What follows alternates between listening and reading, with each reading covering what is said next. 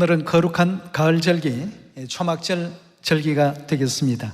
오늘 여러분과 더불어서 이 초막절의 의미를 온 세상에 임하는 시험이라는 주제를 가지고 살펴보도록 하겠습니다. 이 지구가 생겨난 유사 이래로 오늘날과 같은 코로나 바이러스라고 하죠.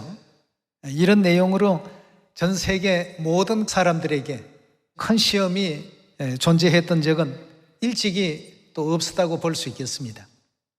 그래서 오늘 여러분과 더불어서 온 세상에 이 같은 일들이 임하게 될 때 하나님의 백성들은 어떤 것을 주의해야 되겠고 어떤 신앙의 길을 걸어가야 하는지 우리 하나님께서 알려주신 진리의 방향을 따라서 이런 코로나 상황 속에서도 한 영혼이라도 더 하나님 품으로 올바로 인도해서 함께 천국 영원한 고향으로 돌아갈 수 있는 여러분과 제가 되길 바라겠습니다.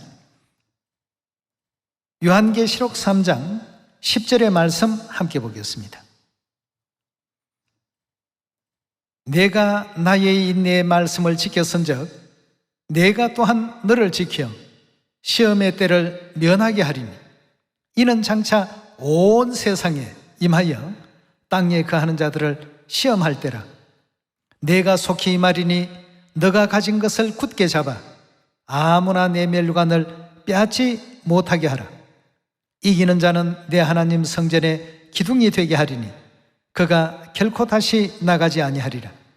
내가 하나님의 이름과 하나님의 성 곧 하늘에서 내 하나님께로부터 내려오는 새 예루살렘의 이름과 나의 새 이름을 그 위에 기록하리라. 귀 있는 자는 성령이 교회들에게 하시는 말씀을 들을지어다 라고 했습니다. 오늘날 지구 초원에 내려진 이 재앙이야말로 온 세상 모든 사람들이 공통으로 겪고 있는 하나의 큰 시험이라고 볼 수 있겠습니다. 성경 가운데서 많이 기록이 되어 있고 신앙의 생활 속에서도 시험이라는 단어를 곧잘 사용을 합니다. 여기도 지금 보니까 시험의 때를 이기고 시험에서 이긴 자들에게는 하나님께서 전부 어떻게 하신다고 했습니까? 하나님 성전에 기둥이 되게 할 것이다. 기둥감들이 전부 되게 할 것인데 이들은 하늘에서 내려오는 새 예루살렘의 이름과 그리스도의 새로운 이름을 전부 간직하고 있는 사람들이 될 것이다 라고 일깨워주고 있습니다. 시험에서 이긴 사람들 많이 할 수 있는 내용을 성경 가운데 이렇게 기록을 해 주셨는데요. 지금 우리가 걷고 있는 복음의 길들은 과거 3,500년 전 모세 시대의 역사를 통해서 보면 광야 40년 생활 속에서 시험이라고 볼 수가 있겠습니다. 이스라엘 백성들이 시험에 넘어지고 또 시험을 극복하는 사람들도 있었고 승리하는 삶을 산 사람들도 있었습니다만 광야 40년 생애를 되돌아보면 믿음의 광야 길을 걷고 있는 우리의 모습을 비교해 볼 수가 있는 것입니다. 예언과 예언의 성취 관계를 거기서 충분히 이해해 볼 수 있는데요. 광야 40년 생활 속에서의 그 시험이라고 한다면 매 순간 일어나는 상황 그 자체가 시험이었습니다. 하나님께서는 낮추기도 하시고 높이기도 하시고 줄이기도 하시고 때로는 풍성한 양식을 베풀기도 하시고 때로는 이스라엘 백성들보다 더 강한 나라를 앞에 두고 싸우기도 하시고 도저히 성산이 없는 싸움에서 승리하게도 하시고 수많은 상황을 주시면서 하나님께서 함께 하시는 광야길은 반드시 승리가 있고 또 이김이 있다는 이 사실을 계속해서 일깨워 가셨습니다.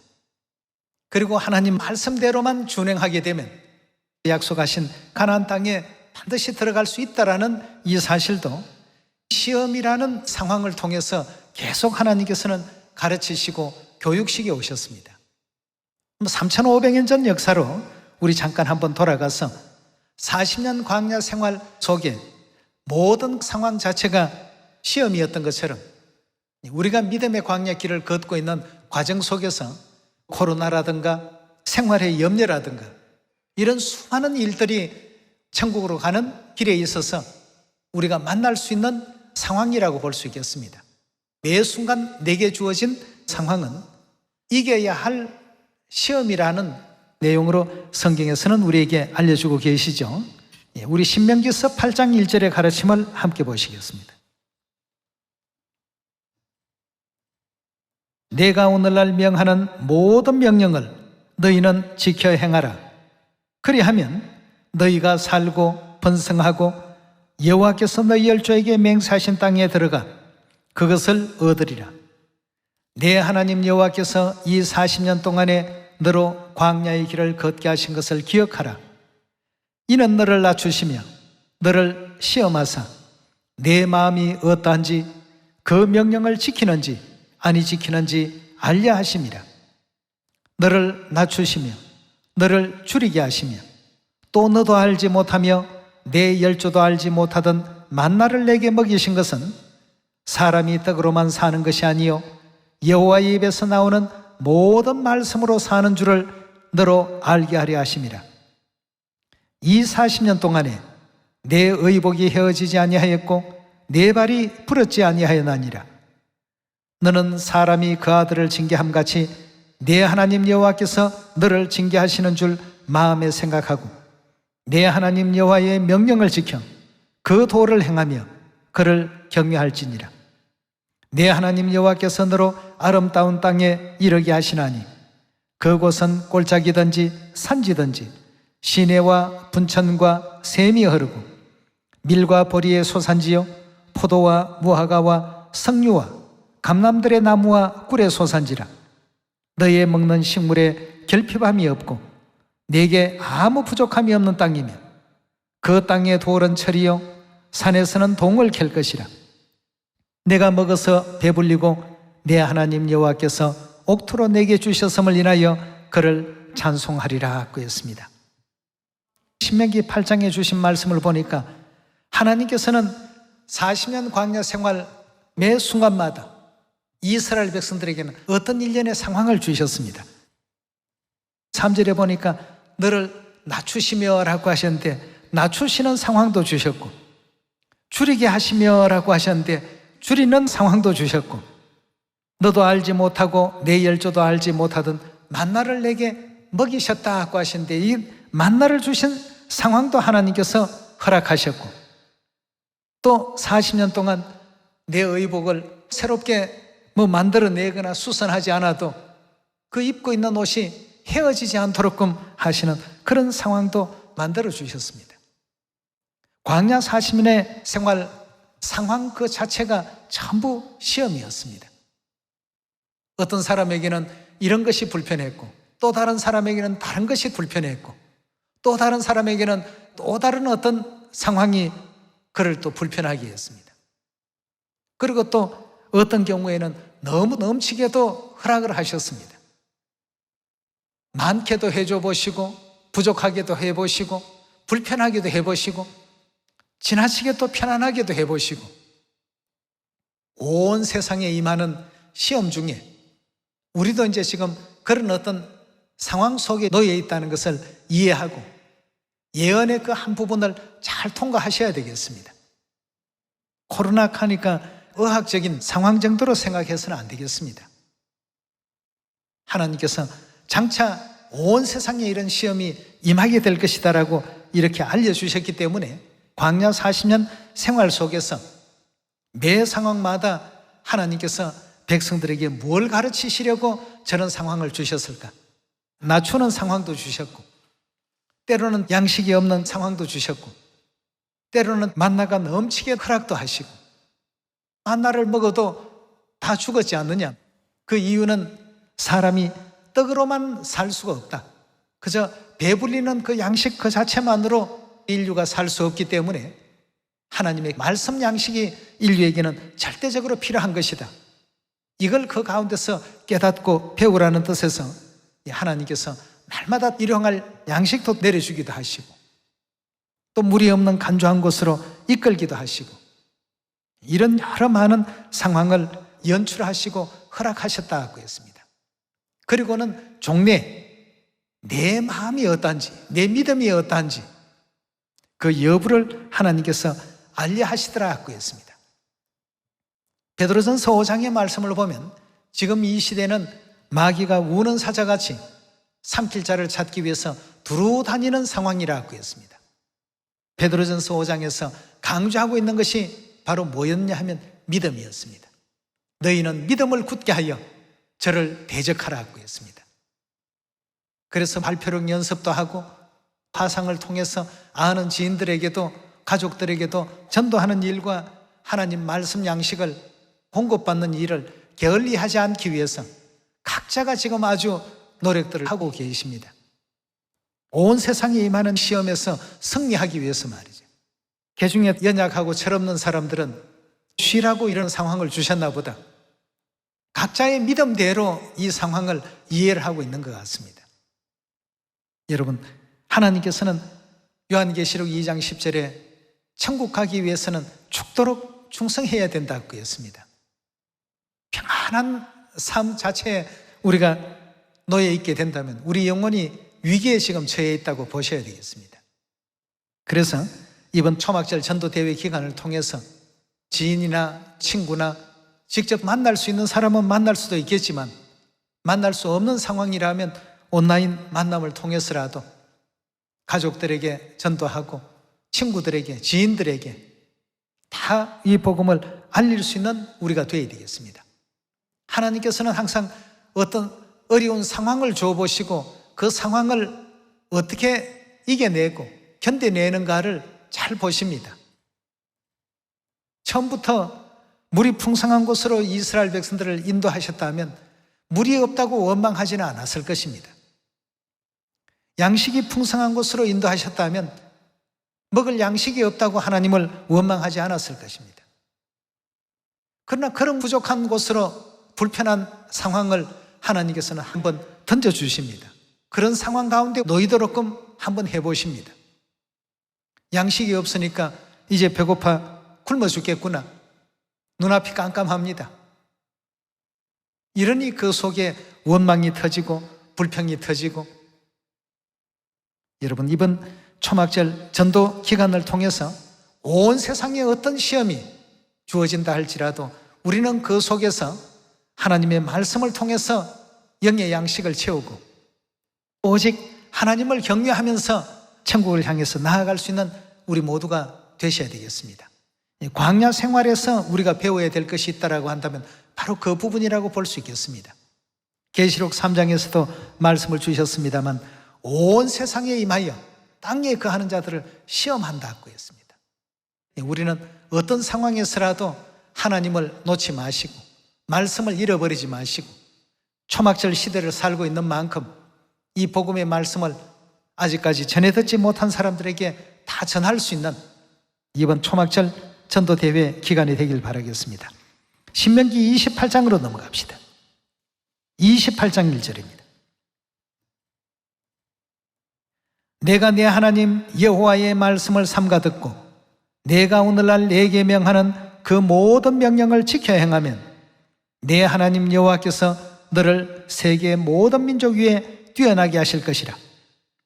내가 네 하나님 여호와의 말씀을 순종하면 이 모든 복이 내게 임하며 내게 미치리니 성읍에서도 복을 받고 들에서도 복을 받을 것이며 내 몸의 소생과 내 토지의 소산과 내 짐승의 새끼와 우양의 새끼가 복을 받을 것이며 내 강주리와 떡반죽 그릇이 복을 받을 것이며 내가 들어와도 복을 받고 나가도 복을 받을 것이라고 했습니다.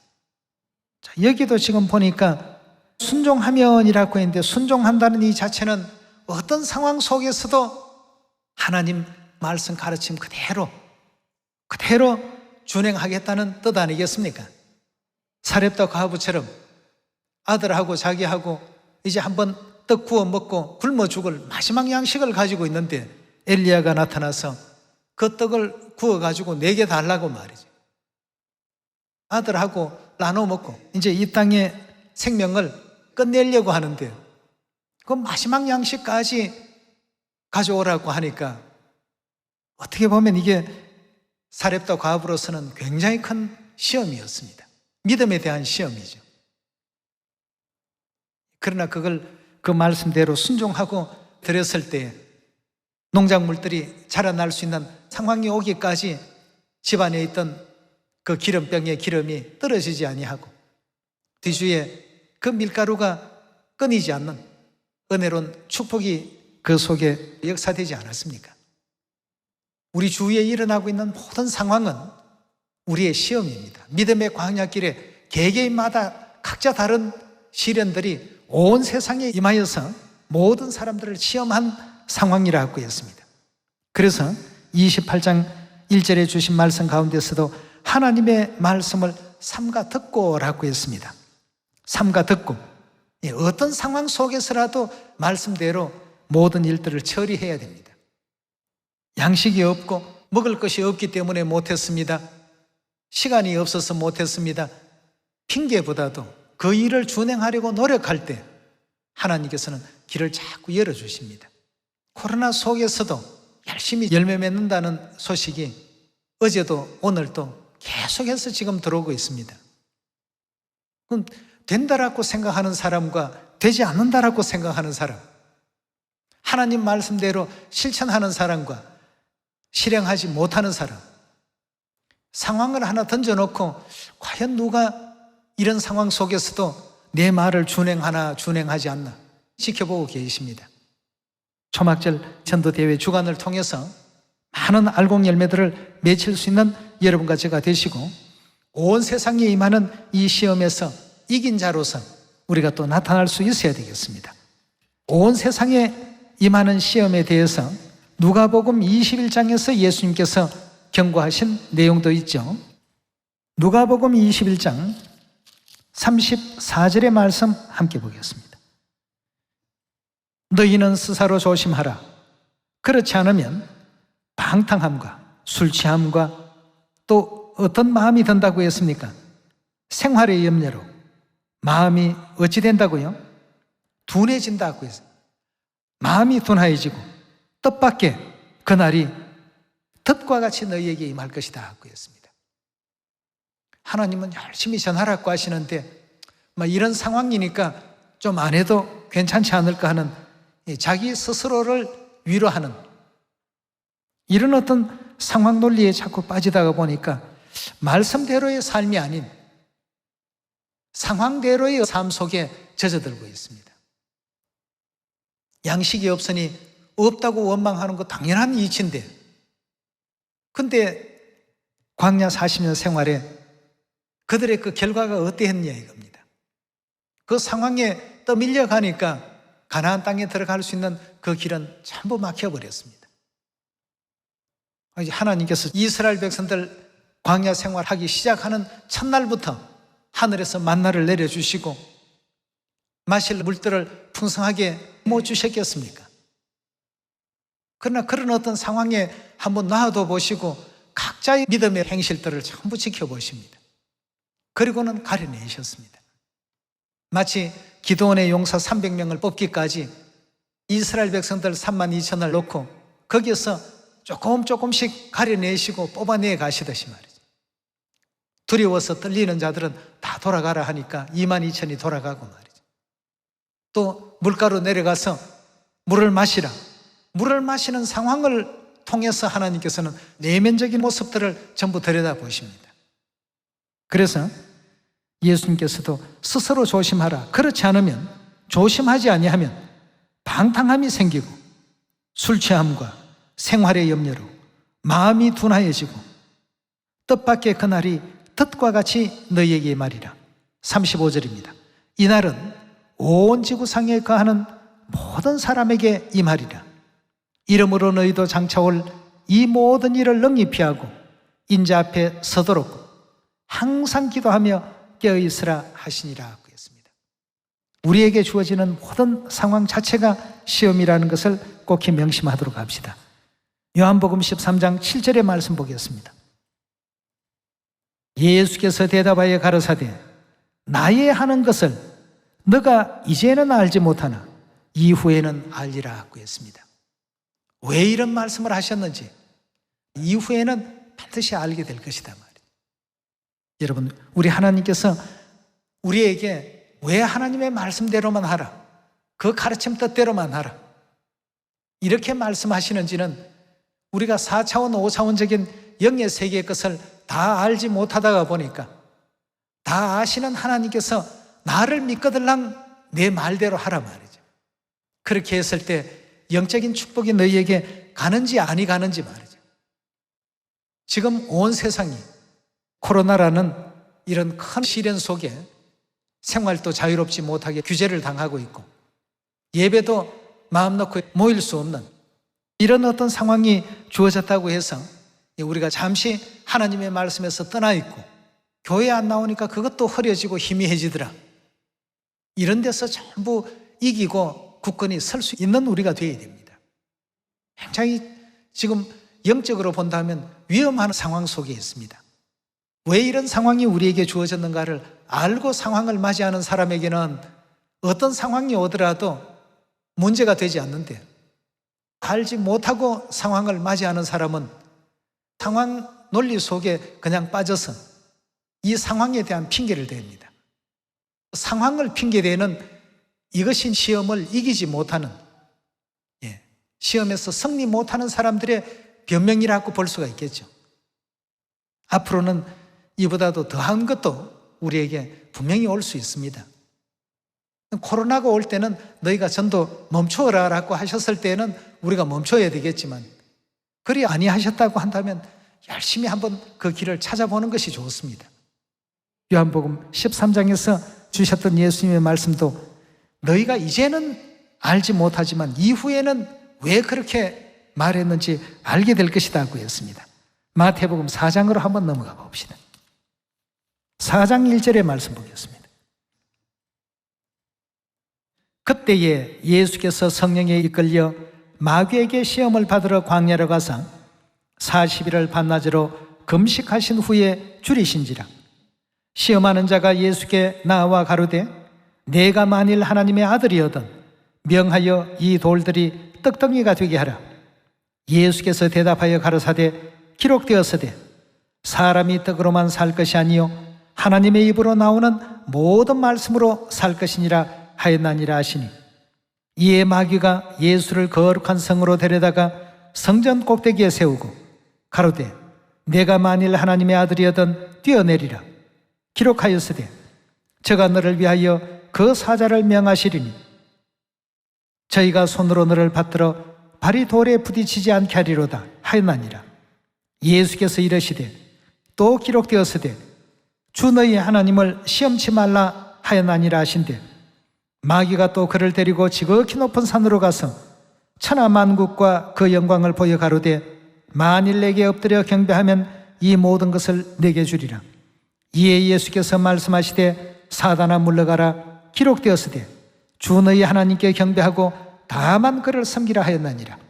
이에 마귀는 예수를 떠나고 천사들이 나와서 수종더니라 하고 했습니다. 세 가지 그 상황 속에 사단이 예수님을 빠뜨렸습니다. 40일을 금식하신 예수님 앞에 먹을 수 있는 육적 양식에 대한 것을 가지고 배고프면 사람은 당연히 배를 채울 양식을 찾습니다. 그런데 예수님께서 그 양식보다는 어떤 양식을 더 준비해야 된다고요? 하나님의 말씀 양식이 사람이 먹는 양식보다 더 중요하다는 것을 일깨워 주셨습니다. 사람이 떡으로만 살 것이 아니요 하나님의 입에서 나오는 모든 말씀으로 살 것이라. 사단이 한번 시험을 걸어보려고 하나님의 뜻대로 하지 못하게 하는 어떤 상황을 자꾸 만듭니다. 예수님께서 시장하시지만 하신 대답 보십시오. 당장 필요한 건 떡인데 떡보다는 하나님의 말씀 양식이 더 귀하단 말이죠. 그 배고픈 상황 속에서도 육의 양식보다는 영의 양식의 귀함을 더 일깨워 주시는, 상황에 흔들리거나 상황에 이렇게 이끌려 간 것이 아니었습니다. 그러니 시험에서 이기지 않았습니까? 두 번째도 보니까 사단이 예수님을 성전 꼭대기 높은 곳에 세우고 거기서 뛰어내려 보시란 말이죠. 당신은 거룩한 하나님이시니까 천사들이 와서 발이 돌에 안 부닥치게끔 그렇게 다 붙들어 줄 것 아니겠습니까? 사단이 간교한 그런 내용을 가지고 하나님의 권능과 하나님의 능력을 믿지 못하게 하는 이런 육적인 그 상황을 연출을 해내니까 예수님께서 주 너희 하나님을 시험치 말라 말이죠. 하나님은 누구에게 시험 받으실 분이 아니다. 성경에서는 하나님을 믿으라고 했지 하나님을 시험하라고 가르친 적은 한 번도 없습니다. 여러분, 사단은 하나님과 멀어지게 하는 상황, 하나님의 말씀대로 준행하지 못하게 하는 상황을 언제나 우리 생활 속에 던져둡니다. 우리는 그때마다 그 시험에서 승리하고 이긴 자가 되기 위해서는 반드시 그 상황에 이끌려가서는 안 되겠고 그 상황 속에서도 하나님께서 어찌하라고 말씀하셨는가를 기억할 수 있는 우리가 되어야 되지 않겠습니까? 이 두 번째 시험도 이와 같이 통과하니까 세 번째는 자기에게 경배하면 세상 모든 영광을 다 주겠단 말이죠. 성경에 뭐라고 기록되어 있습니까? 오직 하나님 외에는 그 어떤 것도 섬겨서는 안 된다라고 이렇게 일러주고 있지 않습니까? 오직 우리는 하나님만을 생각해야 되겠습니다. 우리의 어떤 경배의 대상, 섬김의 대상은 오직 하나님 한 분일 때 온 세상에 임하는 시험에서도 넉넉히 이길 수 있는 여러분과 제가 될 수가 있을 것입니다. 그래서 마태복음 4장에서도 영의 양식이냐 육의 양식이냐 어느 것이 중하냐, 하나님은 시험의 대상이냐 믿음의 대상이냐, 세 번째 시험은 하나님 외에 다른 것을 더 섬겨야 되느냐 하나님만 섬겨야 되느냐. 성경에 나와 있는 그대로 예수님은 다 했습니다.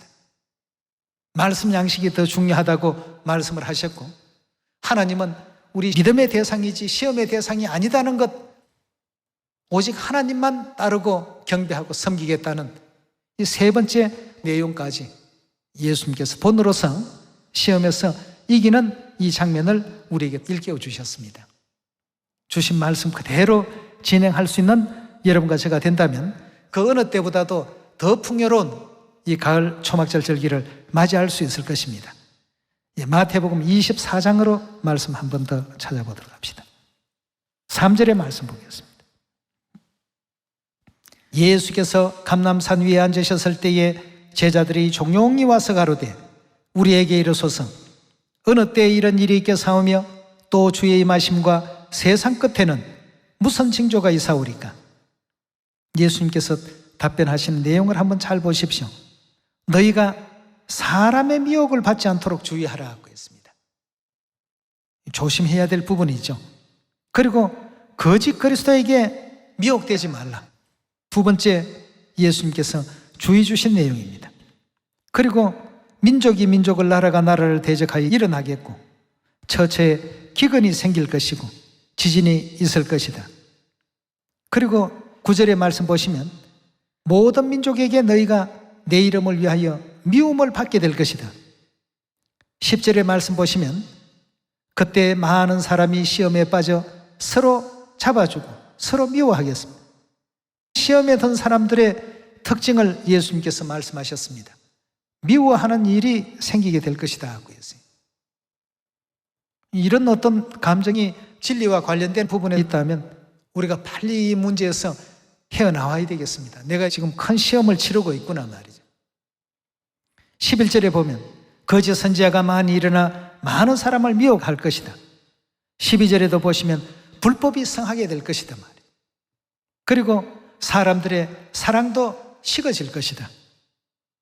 13절의 말씀 보시면 그러나 끝까지 견디는 자는 이런 환경과 이런 상황을 견뎌내고 이겨내는 사람은 구원을 얻게 될 것이다. 이겨낸다라고 하는 것은 상황에 미혹당하고 지옥으로 끌면 지옥으로 가버리고 이런 상황이 아니라 항상 말씀 중심에서 끝까지 견디는 자는 구원을 얻으리라. 천국 복음이 모든 민족에게 전거되기 위하여 온 세상에 전파된다고 했습니다. 그렇게 되면 그제야 이런 모든 상황들이 왜 우리에게 주어졌는가를 이해하게 될 것이다 말이죠. 지금은 너희가 알지 못하지만 이후에는 다 알게 될 것이다 그였습니다. 우리 사랑하는 시온의 모든 가족들은 아버지 어머니 말씀대로 이 천국 복음이 사마리아 땅끝까지 다 전파되는 그 순간을 향해서 더 열심히 다름질하시고 영원한 천국 한 사람도 낙오됨이 없이 온전히 다 구원에 이를 수 있는 여러분과 제가 꼭 되길 바라면서 오늘 말씀 마치도록 하겠습니다. 감사합니다.